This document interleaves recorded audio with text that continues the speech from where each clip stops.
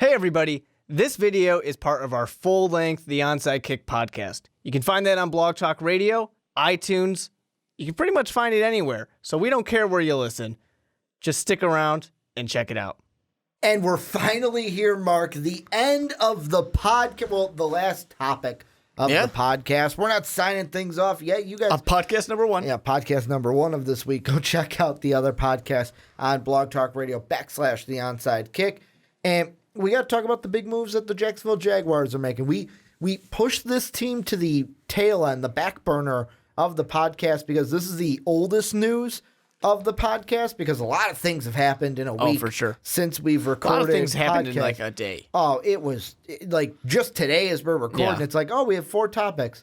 Oh, we have 5 topics. Yeah, oh, we have 7 topics. Well, I guess we're going to have 2 podcasts because there are 9 things we have to talk about. But really what's going on is Doug Marrone, head coach, Tom Coughlin, brought on as the VP, I believe, or whatever, some special title that basically puts him ahead of David Caldwell. And I'm going to start you off with this question, Mark. Yep. Can Tom Coughlin turn around the Jacksonville Jaguars? It's that easy. Can he do it? I think he can. I think it's going to be a tougher road than people will think. And I look at this, and they hired Doug Marrone, and I scratch my head, and I'm like, what the hell are they doing? And then Tom Coughlin gets hired as well, and it was like, oh, okay. So I guess I kind of see some idea, but then it was the realization that, but wait, David Caldwell is still there. So for those of you who don't know, David Caldwell is the GM of the Jacksonville Jaguars. Tom Coughlin, like Ricky said, is given a job above him, and Tom Coughlin interviewed for the head coaching job and then realized more so that he wanted this kind of executive position within the front office. So Tom Coughlin is in charge of football operations, and he is in charge of the roster.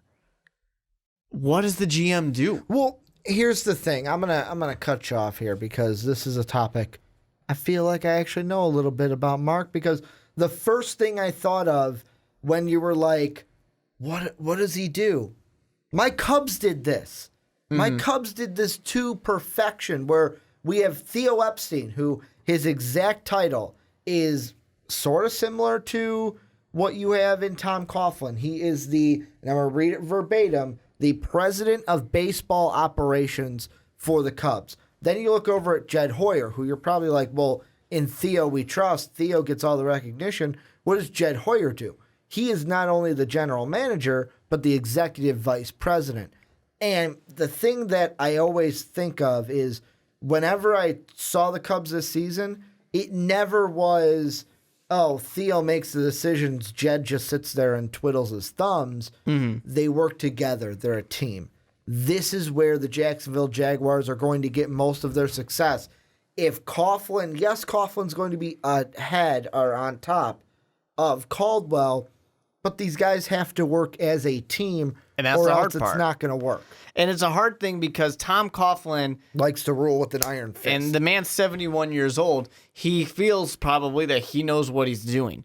Now, when Tom Coughlin was in Jacksonville before, he was a head coach and the burned GM. some bridges. He had all the control. So I feel like it's just setting up this kind of dangerous situation. He comes in and he wants all the control.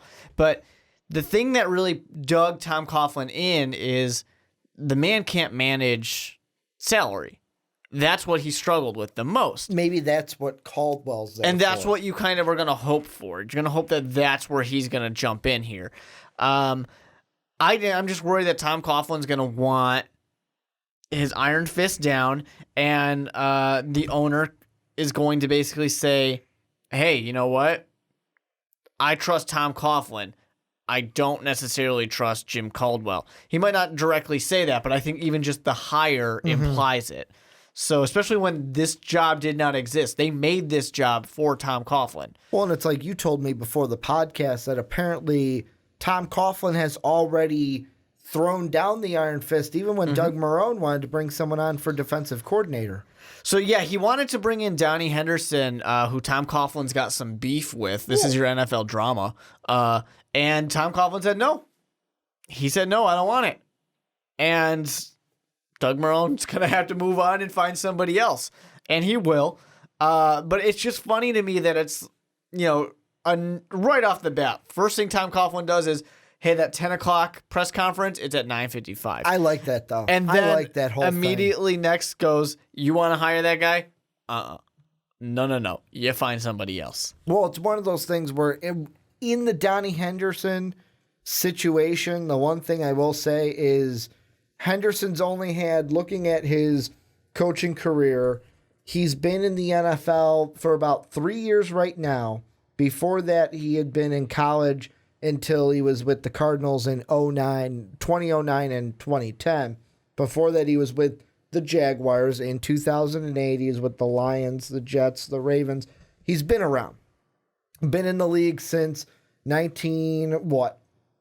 Nope, that was in college. So he is 1999, and he's a Super Bowl champion with the Ravens for head coach, but or not head coach for just coaching staff, but he's only been a defensive backs coach. So it's one of those things where it's like Tom Coughlin might have been saying, no. Well, I don't necessarily know if he was being offered defensive coordinator. Just bring him in is what you're saying. Okay, I thought it was for maybe the defensive coordinator where it's like, no. We're going to go with a guy who maybe has been a defensive coordinator. No, literally, Tom Coughlin doesn't want to hire him because he has beef with him. They got into a heated argument during a scrimmage. This is not a joke, guys. This is an actual thing. A scrimmage between the Giants and the Jets. There was a little scuffle. The two coaches got some words exchanged, and there probably is some other reasons as well. But that's the only Things were probably said. Yeah, that's really it. Just they had this heated argument, and now when Doug Marrone wants to bring him in, Tom Coughlin said no. It's just funny to me of the comment right away. Now, I think that having Tom Coughlin as part of the Jaguars is awesome. Mm-hmm. I think that's good. I think that's what this team needs. This team needs something. The unfortunate part is they need something for Blake Bortles to take that next step forward, because he had that 2 seasons ago at the end of the year, and then he took a step back. And honestly, yes, Blake Bortles has some good numbers, but most of those numbers are garbage time. They really are. The Jacksonville Jaguars are this team that needs a coach that can bring them forward. Doug Marrone is not that. Well, Doug Marrone is when I heard that he was going to be the head coach, I immediately thought, oh, so they don't want to move on from Blake. That's what this means. Well, Tom Coughlin even said Blake Bortles is our quarterback. Yeah, it's one of those things where just the head coaching move alone made me go, okay, Blake's the guy. Mm-hmm. Blake's the guy. Which is okay. Blake can, but you need somebody who can bring Blake forward, and that's not Doug Marrone. To me, when I first heard Doug Marrone, I thought, oh, so nobody else wanted this job? And not that Doug Marrone is terrible or anything like that, but it's just kind of the... Blake Bortles and this team did look good under Doug Marrone to end the season. I guess. I mean, did you not see... I know it was one game, but did you not see that Titan game? Did you not see that Titan game, man? Sure, but the Titans kind of let themselves fall off the face of the earth at the end of the season, too. Pooped the bed there? Is that what you're saying? Basically, to put it nicely. And then they lost to the Colts as well. So, I don't know. I mean, Doug Marrone's not a terrible coach. I mean, he did fine in Buffalo. There's a lot more issues in Buffalo than just Doug Marrone coaching. But Doug Marrone isn't really a great coach. And this team has so much talent on it. It's got so much potential on it because there's those young especially studs. That defense. Oh, and they're gonna get hopefully they're gonna get Miles Jack back. Oh, this defense is going to be stellar if they can cash in on the potential. And the thing that I think of with Coughlin is with him being the VP, the thing I read an article where it said that one of the big things that could kill him, like it did before when he was in Jacksonville, was his 5-minute thing that he has. And if you're unaware, it's basically Tom Coughlin saying, and I had a band director in high school that did the same every thing, coach says this. It's nothing surprising. With Tom Coughlin, it's if you're on time, you're late. So 5 minutes before. He even he fined Michael Strahan in the past for being 2 minutes early to him. The whole thing is, if you're early, you're on time. If you're on time, you're late. If you're late, you're not late. Don't show up if you're not going to be on time. The basically. way my director, and I went to private high school, so he could say this. The way he put it to us was, if to be on time is to be late, to be on time is to be early, to be late is to be dead. Meaning, if you're late, don't even show up, because you're going to have to run so many laps, you're going to be dead. Mm-hmm. And I guess what? No one was late, which is good. I'm late to everything, but I think a thing here is, it'll be interesting to see what happens. I just think there's a lot of room for resentment to build within the actual organization. Maybe not necessarily with the players and what's going on the field, but I just think that if I'm in Caldwell's situation, I can't see what's going in through his head right now, but I'm going to see this guy coming in right above me, and it's a slap to my face. I did not do that bad of a job. The GM has not done that bad of a job for Jacksonville. That's going to be not a great thing. job, but not that bad of a job. If you're Caldwell, you can't let that. It's kind of like Star Wars. You can't go over to the dark side. Don't let those negative thoughts fuel you. Just say, okay, Tom Coughlin's here. I got to work with him. We got to work together here. And as you've been stripped of all of your powers. It's one of those things where really it's, if we don't have success, the team doesn't have success. And if we don't have success, I may be out of a job. That's what I would think of it if I was Caldwell, because who's going to lose their job first, Coughlin or Caldwell? Oh, Caldwell's probably going to lose his job next year. So basically, I'm looking at it as we have to succeed together. Together we stand, divided we fall. That's what it's got to be. But at the same time, I think this is one of those situations, not that someone really gets a second chance at being a GM, but this might be one of those rare situations where Tom Coughlin might be pushing him out the door. Maybe, and that could be true. And he might be in his time where he might say, you know what, no, I'm out. I'm just interested to see that end of it, which is funny because we're talking about the executive vice president or president, whatever he is, and the GM mostly. But what's people are going to see is what's on the field and Doug Marrone and what he can do with this team, what he can get out of Blake Bortles, if that defense will perform the way they're supposed to. And this team is just underperforming. They underperform all the time. They're much like the now Los Angeles Chargers. They are underperformers. And there's so much talent out there. I wish I could be in the room sometimes, just a fly on the wall. What was the discussion that made you say, this is the best guy? Because I'm pretty sure, if I remember right, Jacksonville were the first team to hire. And you get rid of Gus Bradley because you have this losing culture. Mm-hmm. And then you promote from within. You have a losing culture. And you're going to promote the losing culture? I mean, sure, you brought in Tom Coughlin now. You're talking about Marrone being the head coach. Yeah, because Marrone was already part of the organization. He was part of the losing culture of Gus Bradley. Unless that is them saying, yeah, we were underperforming, but it was Gus Bradley's fault. They could be pinning it all on him, but it's the situation where they're kind of saying we need to correct the wrongs. The one thing we haven't mentioned, and I don't think we've mentioned, the most awkward part of that, hey, Gus, by the way, and I'll ask you, if I said, hey, Mark, it's been great, but we're going to have to let you go. Oh, by the way, are you going to fly home with the team, or are you going to take a plane yourself? I'd take a plane myself. I ain't flying back with the team.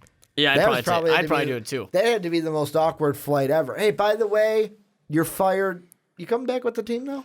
What is it? With the team? I forget which coach it was. Someone in the comment section might know. Where there was a picture after they got fired, they were leaving in a team vehicle. And wasn't it Rex Ryan? It could have been. He had the truck. The truck that was painted Buffalo Bills. Yeah, and it's just like... He had the pickup truck that was fully painted Buffalo Bills. Well, he's got a Rex Ryan... I'm sorry, not a Rex Ryan. He's got a Mark Sanchez tattoo as well. It was now the Buffalo punter. And I wonder who it's going to be now. He's got to get changed again. Wasn't that a tattoo of his? It was his wife. His wife wearing the Sanchez jersey, and then she was in the punter's jersey because it was the same number. Then he had his car decaled in Buffalo. Oh, that was funny. There's just sometimes where you make bad decisions. The thing to remember, guys, if you're ever a head coach in the NFL, you're probably going to get fired at some point. So don't make any commitments. Yeah, no commitments like that. At least a car you can replace. Tattoo, how often do you get the quarterback and punter to have the same But number? I mean, the one thing getting back to Jacksonville is it's going to be interesting with Tom Coughlin. I wonder how long Doug Marrone stays around though, because you are right. It's one of those things of, was it all Gus Bradley's fault? Did they make this hire just because they want to say, well, you know what? If a new quarterback or a new coordinator comes in, they're going to want a new quarterback. Let's make sure we stay with the kid that we drafted. I'm leaning towards that. Plus, I think the Titan game, I know it was one game, but that probably played into it. Wow. This is the most, like, they fired, and it's one of those things, they fired Gus Bradley, and then they come out and play like that, where it's like, holy shit, where has this team been all year? But sometimes change can do that. And I know they lost to the Colts, but it's not, they weren't a team that, they're going to go 2-0 in their final two. Even that one win was like, holy shit, where's this team been? Sure. Like, that's a team, the receivers were making plays, the run game was there, Bortles looked solid, and it was like, I know Marcus Mariota got injured in that game, but it's one of those things where I'm like, holy crap, this team's been good. That game, yeah. Yeah, but, it's one game. Change happens. Sometimes that can spark things. We got to see what happens going forward. I personally don't believe in Doug Marrone, so we'll see what happens. How many years do you think he's the head coach? Just one? I don't know. I think it depends on what Blake Bortles does. I think if they're getting rid of Blake Bortles, they're going to get rid of Doug Marrone too. Kyle Shanahan is still out there. Patricia's still out there. I mean, maybe for next year. There are guys that are still out there Josh McDaniels is still out there. The thing now is that you have the Tom Coughlin influence now. You have a head coach there who's not coaching. So what does he want? It could also be hey, Tom Coughlin, you're going to help the head coach, but Doug Marrone's going to be on the sideline so you can focus on off-the-field stuff. Yeah, it's going to be interesting to see once practices happen how involved Tom Coughlin is. So Tom Coughlin doesn't have to go to practices and actually be at practices, and he can just be like, here it is. This is what the team is. I put it together. Yeah. You go and coach it. It'll be very interesting to see how this goes. I don't know. It worries me. But this is where you guys come in. Let us know down below or on Twitter what you guys think of this whole thing. Can Tom Coughlin save the Jacksonville Jaguars and maybe make them contenders? I'll even throw that one out there. And also, how long do you think Doug Marrone will be the head coach of the Jacksonville Jaguars? But that's going to do it for Onside Kick Podcast numero uno this week. Make sure to check out our other segments and our other podcasts on Blog Talk Radio /The Onside Kick, where we talk about the other news non-coaching related that went on this week. I want to thank you guys for listening and watching this podcast. Make sure to check out patreon.com/most valuable podcast to support the channel if you like the video. Make sure to hit that sub button on YouTube if you loved it.